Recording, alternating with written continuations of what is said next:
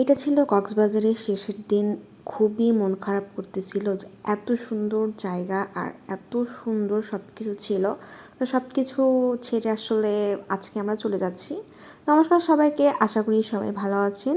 সেদিন ঘুম থেকে উঠে একটু একটু মন খারাপ হচ্ছিল যে আজকেই আমরা চলে যাব মানিকগঞ্জ, আবার একটু একটু ভালো লাগতেছিল নিজের শহরে যাব। তো ঘুম থেকে উঠে নাস্তা করে নিয়েছিলাম, আসলে ওই ভিডিওটা করা হয়নি। আর এরপরে আমি সকালবেলা এই আউটফিটটা পরেছিলাম, যেহেতু আমি অনেক ড্রেস নিয়ে গিয়েছিলাম, এর জন্য আমার এখনও মানে 3-4টা ড্রেস পরিয়েছিল, যেমন 2টা শাড়ি ছিল, 2টা ড্রেস ছিল, পরাই হয়নি আসলে। তো এরপর সকালে আমি এটা পরে একটু ভিডিও করছিলাম, ছবি তুলছিলাম। আর একটা পারফেক্ট ভিডিও হতে কত যে সময় নেয় সেটা আপনারা এই ভিডিওতেই দেখতে পারবেন। আর এরপর সকালবেলা ওইটা পরে ছবি তোলার পরে আমি তার একটু পরেই মানে জাস্ট 10-15 মিনিট পরেই আমি রেডি হয়ে এই শাড়িটা পরে এসেছিলাম। আমার এই শাড়ি পরা ছবি তোলার খুবই ইচ্ছা ছিল যে সমুদ্রের পাড়ে নীল রঙের একটা শাড়ি পরে আমি ছবি তুলব, ভিডিও করব। তো সেটাও করে নিয়েছিলাম।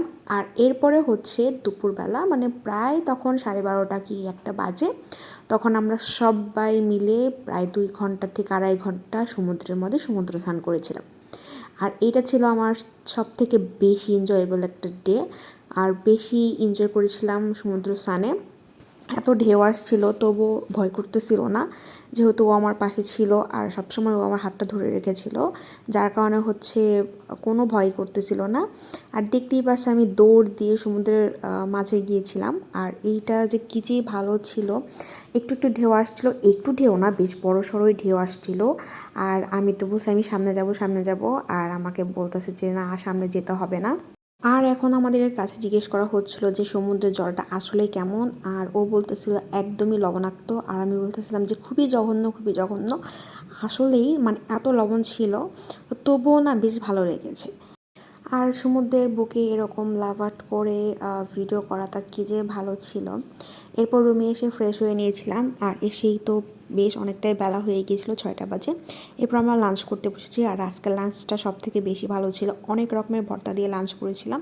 এই রেস্টুরেন্টের নাম ছিল ময়না রেস্টুরেন্ট। আর আমরা যে প্যাকেজটা নিয়েছিলাম সেই প্যাকেজটির দাম ছিল মাত্র 150 টাকা।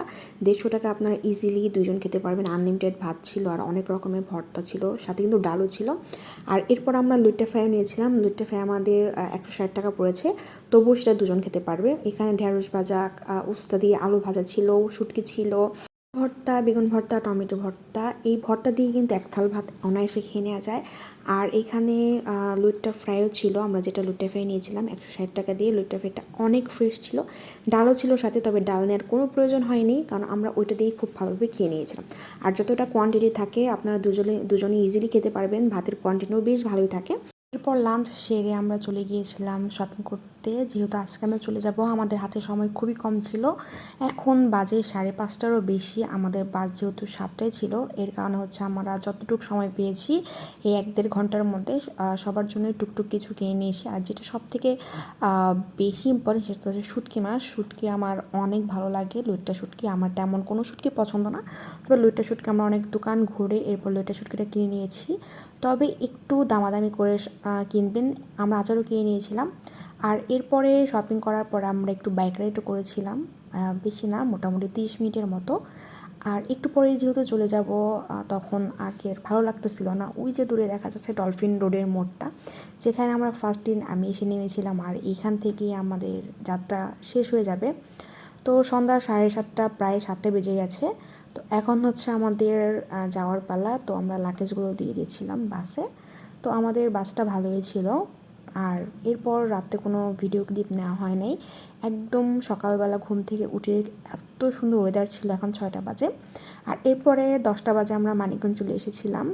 আর নিজের এলাকার এসে তো অনেক শান্তি লাগতেছিল। তো আজকের ভিডিও এই পর্যন্তই। ভালো লাগলে আমার পেয়ে লাইক ফলো করবেন। ধন্যবাদ সবাইকে।